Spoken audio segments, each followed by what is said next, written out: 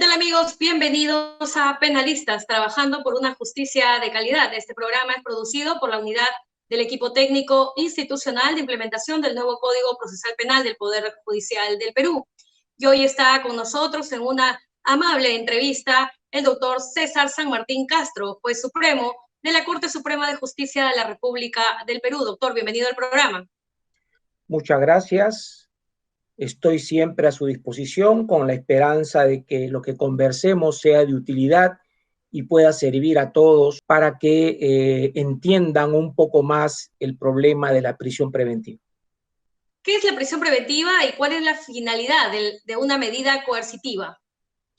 A ver, la prisión preventiva es una medida de coerción personal de carácter excepcional, la más grave que tiene el sistema procesal, en cuya virtud, mediante una resolución motivada, fundada en derecho, se priva de la libertad a una persona a fin de garantizar la incolumidad del proceso penal e impedir que éste pueda verse alterado por actos indebidos del imputado mal aprovechando su libertad, ya sea porque huya o ya sea porque altere la actividad probatoria. Tiene pues una finalidad exclusivamente procesal de protección de la eficacia del proceso jurisdiccional. Bien, doctor, es importante poder centrarnos en estas preguntas porque es de interés de toda la colectividad. Además de ello, ¿nos podría señalar si la prisión preventiva es una medida con carácter excepcional? Siendo ello así, ¿qué consideraciones debe tener el representante del Ministerio Público para efectos de solicitar o requerir la prisión preventiva? La excepcionalidad es una nota característica de carácter convencional. El derecho internacional de los derechos humanos, el Pacto de Derechos Civiles y Políticos y la Convención Americana sobre Derechos Humanos establecen de modo taxativo este carácter excepcional. Por contra, la regla es que todo imputado sufra el proceso penal en libertad con las garantías que el juez puede estipular para evitar un mal uso de la libertad. Y desde esta perspectiva, entonces, el presupuesto y los requisitos que contiene la ley para poder imponer esta medida deben de ser especialmente rigurosos e interpretarse restrictivamente en la esfera de su propio ordenamiento. El fiscal, como es obvio, para solicitar la prisión preventiva debe estar absolutamente convencido de que se cumple el presupuesto y que se cumplen los requisitos que la ley establece para imponer la prisión preventiva. Debe contar con los actos de investigación, o lo que se llama en el código, con los elementos de convicción razonablemente suficientes que acrediten que en efecto estamos frente a un hecho que tiene cierto nivel de comprobación, estamos frente a una imputación solvente y que se den los hechos graves así tipificados por la ley y muy por sobre todo, y que es lo que legitima desde una perspectiva del derecho constitucional y del principio de proporcionalidad, la prisión preventiva. ¿Cuáles son? Que exista un riesgo razonable ¿de qué? De fuga o de entorpecimiento de la actividad probatoria. Sí y solo sí. En estas situaciones sumamente graves, con un complejo probatorio consolidado, el fiscal puede permitirse solicitar al juez esta medida, que no es automática, sino que requiere un análisis, una comprobación por parte del juez, siempre desde una perspectiva del respeto a la libertad, pero igualmente evitando que ésta se pueda ser mal utilizada por el imputado. La prisión preventiva se exige respecto al primer presupuesto que ha hecho mención de la verificación de graves y fundados elementos de convicción a nivel de sospecha fuerte o vehemente. ¿Qué entendemos por una sospecha fuerte o vehemente y cuándo nos encontramos ante esa sospecha? A ver, uno de los principios de carácter transversal que está en la propia esencia de los derechos fundamentales y, por cierto, del derecho a la libertad, que es el más importante luego de la vida, es que existan, es lo que se llama el principio de intervención indiciaria. Esto es, que existan indicios de criminalidad, como se decía en nuestro derecho histórico, en el derecho eurocontinental, principios de criminalidad o indicios de criminalidad que permitan concluir a un nivel de probabilidad suficiente que el imputado, que se ha producido, que el hecho que se afirma está probado y que tiene un carácter delictivo, y además la nota subjetiva, que el imputado está vinculado a ese hecho, sea como autor o como partícipe, instigador o cómplice. Entonces, o sea, hay un solo presupuesto que es un requisito, es un presupuesto sine qua non. Eso se llama intervención indiciaria, que es de la esencia misma de la garantía de presunción de inocencia como regla de tratamiento. O sea, que tiene que existir un bagaje de, digamos, en un sentido amplio, pruebas, o diríamos en un sentido estricto, procesal, actos de investigación que permitan inferir desde ellas que un hecho se ha cometido, que tiene carácter delictivo y que el imputado está vinculado a ese hecho delictivo como autor o como partícipe. Ese es el núcleo fundamental.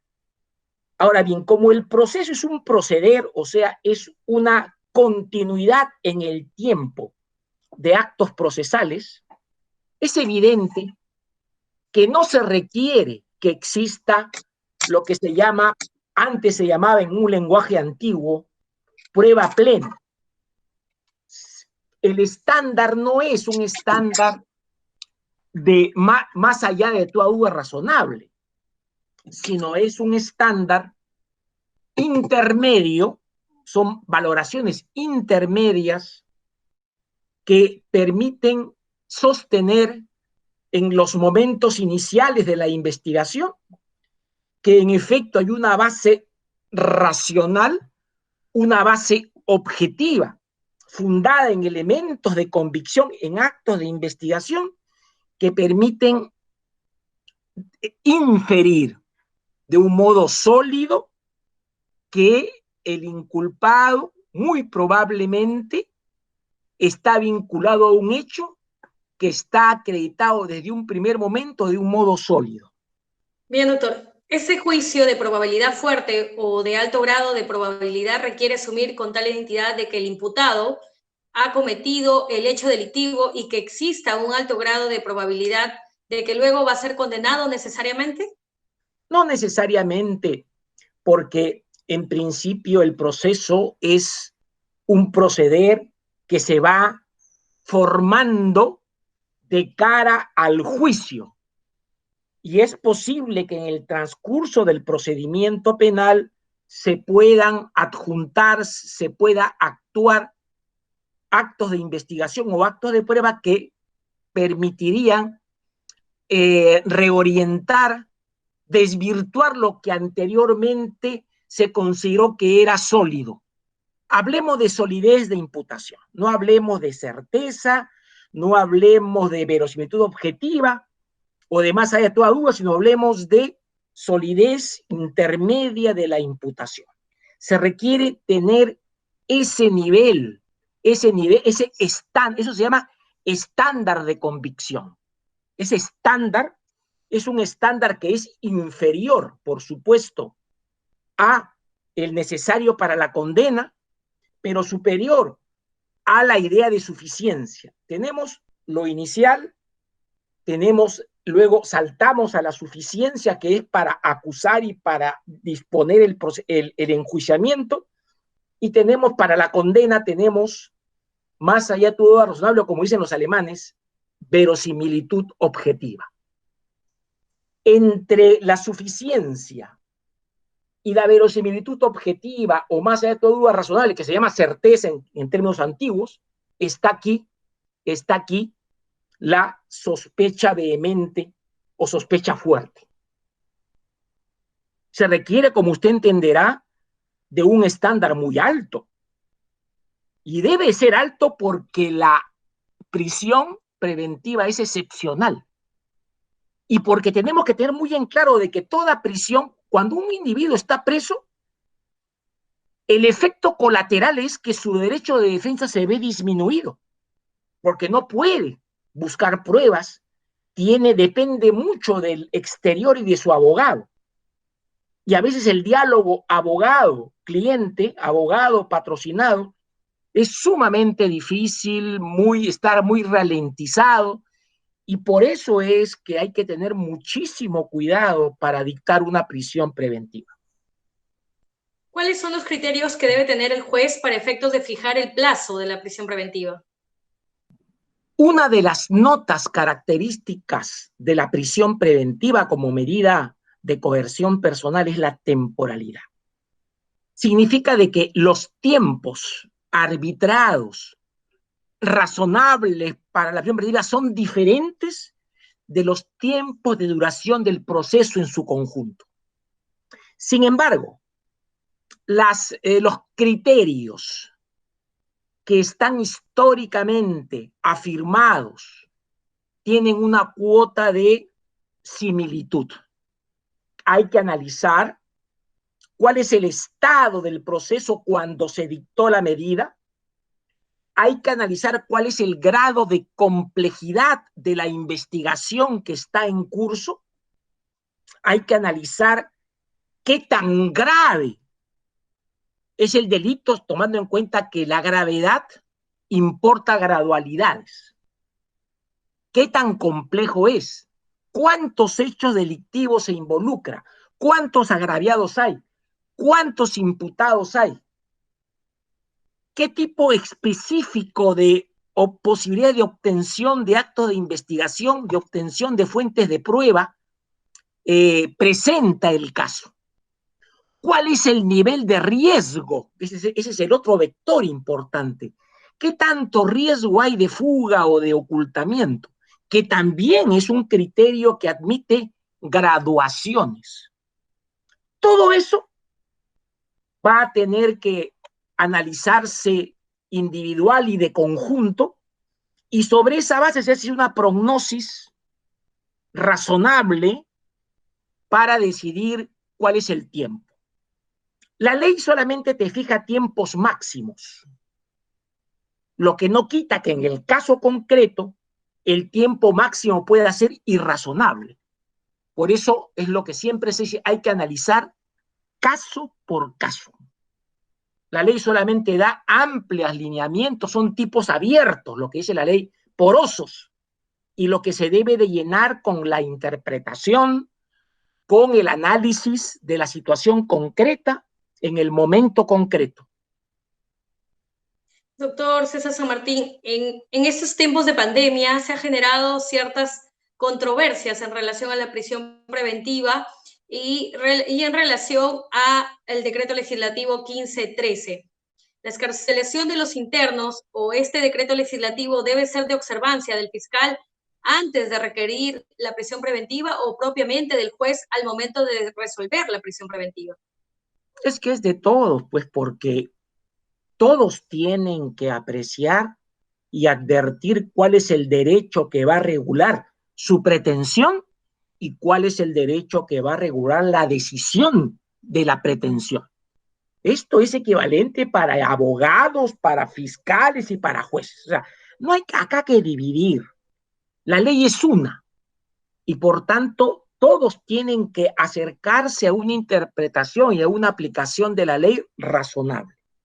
¿No es cierto? Eso es algo puntual. Ahora, esta legislación especial con motivo de la pandemia, lo único que ha hecho, y creo que ese es el norte que hay que tener, es advertir que existe otro baremo, un vector importantísimo que tiene que ver con el respeto, con el derecho a la salud, que tiene un carácter de derecho fundamental, y porque además hay un mandato constitucional que hace mención bajo la fórmula argentina de que se requieren cárceles saludables, salubres, ¿no es cierto?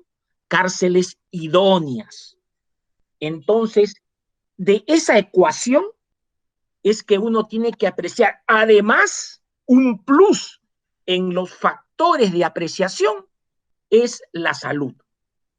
Es claro que una persona que tiene enfermedades más o menos graves o más o menos inhabilitantes per se, el riesgo de fuga se va a ver disminuido.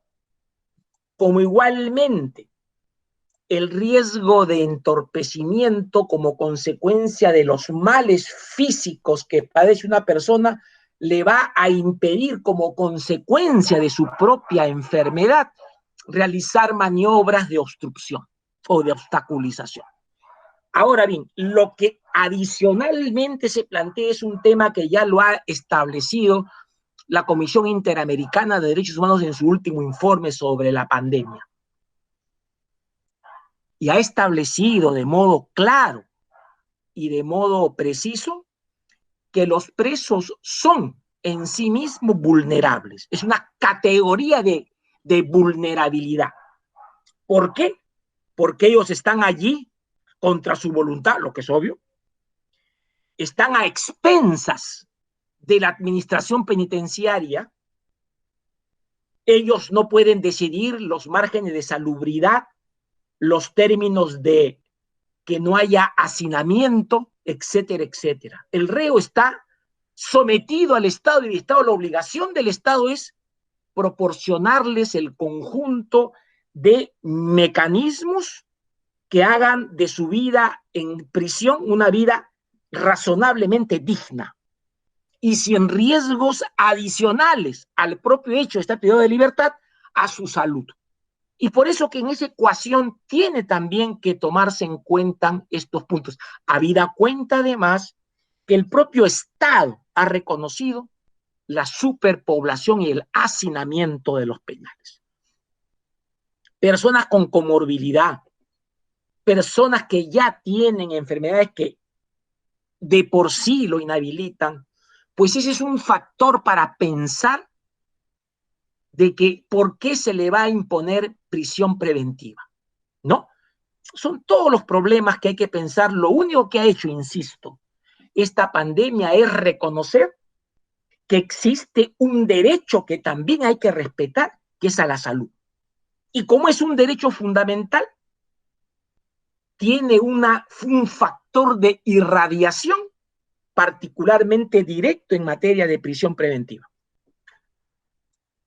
Doctor, ¿cómo se sustentan los arraigos familiar, domiciliario, económico y laboral para otorgar prisión preventiva? A ver, pero primero vamos a ver un tema. Cuando se trata de fuga, que no para el caso de entorpecimiento, para fuga, un tema, un factor, un vector que hay que analizar es el tema de los arraigos. Según las máximas de la experiencia comúnmente aceptadas, desde una perspectiva general o abstracta, es que quien tiene vinculaciones muy fuertes en su sede, en su vida social, en su comunidad, esto hace que sea más difícil pensar en huir. Eso es en principio, pero todo es caso por caso. Entonces, tiene que establecerse que tiene una familia formada y que él está integrando a la familia, no que tiene familia por ahí y que él no hace nada. No, no, no. Que él sea parte de un núcleo familiar unido y activo y que él sea siempre un ser presente allí, ¿no? No que tenga familia y tiene otras actividades. No, no, no, no. Primero es eso. En segundo lugar, que él tenga un domicilio determinado.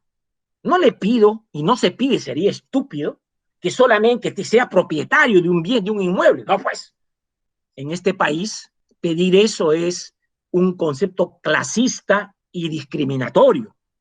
Hay que acreditar. Y es más, nuestro país se ha formado en base a invasiones, ¿no? No bajo el criterio europeo de adquisición de inmuebles en una ciudad con lotizaciones previas y con todo inscrito. No, el Perú se ha formado en función a barriadas, eso es algo constante. Y además existe un nivel muy alto de insuficiencia de vivienda. Entonces, que tenga una vivienda, puede vivir con sus padres y con su mujer en la casa de los, etcétera. La cosa es que tenga un asiento de familia. Fíjense que no es un problema de propiedad, ¿ya? Asiento de familia. Y en tercer lugar, como decían nuestras abuelas, que tenga oficio y beneficio, ¿no? O sea, que trabaje, o sea, que tenga cómo subsistir. El hecho de tener familia, de proveer a la familia y de trabajar, de tener un asiento de familia, eso lo hace una persona socialmente situada. Y se entiende que cuanto más situada esté, es más difícil desde una perspectiva individual que uno deje todo y se vaya a meter a las calendas griegas ocultándose de la justicia. Pero ese es, como yo digo, ese es un dato. Y acá no tiene nada que ver que tenga mucho dinero, poco dinero, que sea un insolvente. No, que sea pobre. No, no, no, no. Porque si no haríamos también un derecho clasista, ¿no? Porque tiene plata, puede huir, puede ir al extranjero, lo meto preso. Porque no tiene plata y se va, bueno, lo meto preso. Total, todos van presos. Ese no es el criterio que uno debe merecer. Uno siempre tiene que advertir si este señor ha desarrollado, tiene una conducta, prácticas de fuga. Es evidente, como dijimos en el Acuerdo Plenario 1/2019, que en los primeros momentos, frente a hechos muy graves y acreditación de los hechos y de la vinculación delictiva, y dada la gravedad de los hechos es un criterio para dictar una prisión preventiva, pero después estos criterios van siendo menores, van siendo menos fuertes y se requiere el concurso de más exigencias. Además, el tiempo hace igualmente disminuir los peligros y por eso es que existen decisiones y criterios en virtud del cual cuando pasa un tiempo determinado sin que acabe el proceso, es razonable una excarcelación, ¿no es cierto? Ese es un tema que habría que mirar con mucho cuidado. Y siempre digo, cada caso es un mundo. No puede haber equivalencia. Por lo demás, en tema de hechos y de prueba de hechos, no se prestan a la universalización. A esta solamente se prestan la interpretación de las normas. La quaestio iuri, la quaestio facti no. Entonces hay que tener cuidado con eso. Y siempre hay que tener un criterio de ir acercándose al caso como tal. Uno puede decir, ¿sabes qué? El hecho es muy grave, pero como yo tengo casa, tengo mi acreditación, ya no voy preso. No necesariamente. Dependerá caso por caso. Bien, doctor, ¿algo más que desea agregar a esta entrevista?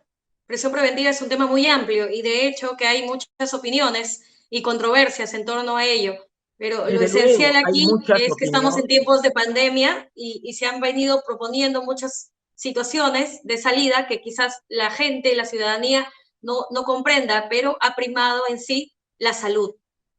Y fíjense usted, porque acá lo que nos falta en el Perú es un trabajo de campo criminológico, un trabajo que nos diga exactamente cómo está funcionando la prisión preventiva, más allá de ideas ideológicas, de planteamientos políticos, sino cómo está funcionando. Una investigación hace algunos años realizada en el INPE estableció que de los presos con prisión preventiva, muchos salían a los 6 y antes del año. Si es así, y si la perspectiva es 4 años, ¿por qué están saliendo? ¿Quiere decir de que no era necesario?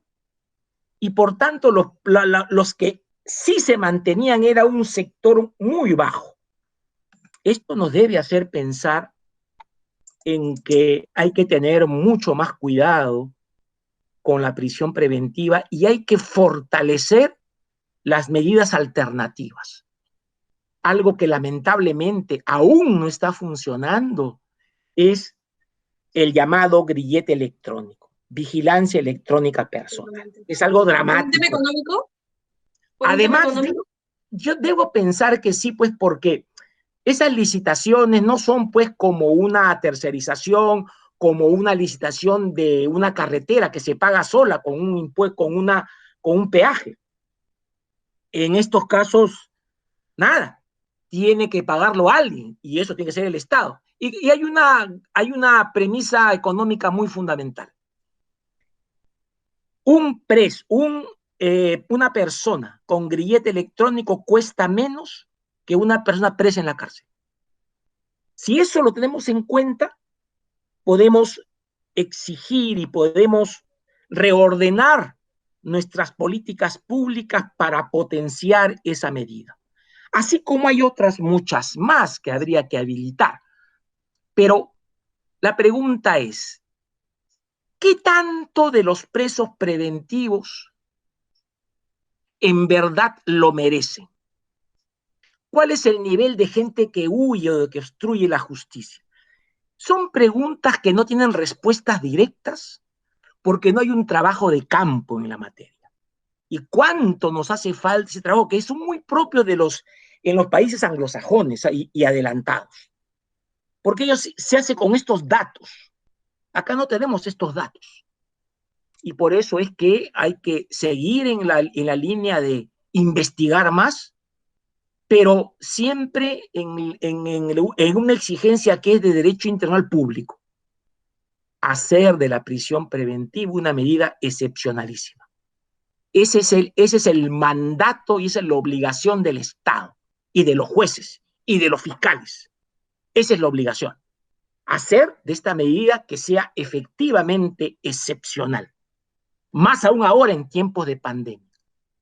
Pero claro, hay otro problema que todo el mundo tiene y la población no lo ve bien, que es la expansión de la delincuencia violenta, de la delincuencia organizada y de la delincuencia asociada a la corrupción, ¿no? Como entenderá, las cosas no son tan claras ni son negro o blanco. Y por Es eso una cadena, ¿no? es una tensión entre garantía y libertad. Es una tensión permanente.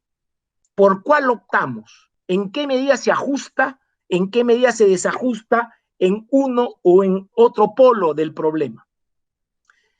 No quiero estar en los zapatos de los congresistas, ni de los ministros de justicia, ni del gobierno, porque es un tema siempre muy complejo. A veces quisiéramos hacer muchas cosas, pero no se puede. En este sentido, cuando hablamos de políticas, entramos a políticas públicas que tienen que ver netamente con el Estado, con el Poder Ejecutivo. Y en ese Con el sentido, Ejecutivo. quizás no desviándome tanto del tema, pero igual hago mención a esto porque es importante, ¿no? Habla usted de la prisión preventiva y cuáles consideran que deben ser prisiones preventivas y cuáles no en tiempos de pandemia. y ello hasta el mismo juez no lo podría definir tanto, porque para todos es el derecho por igual.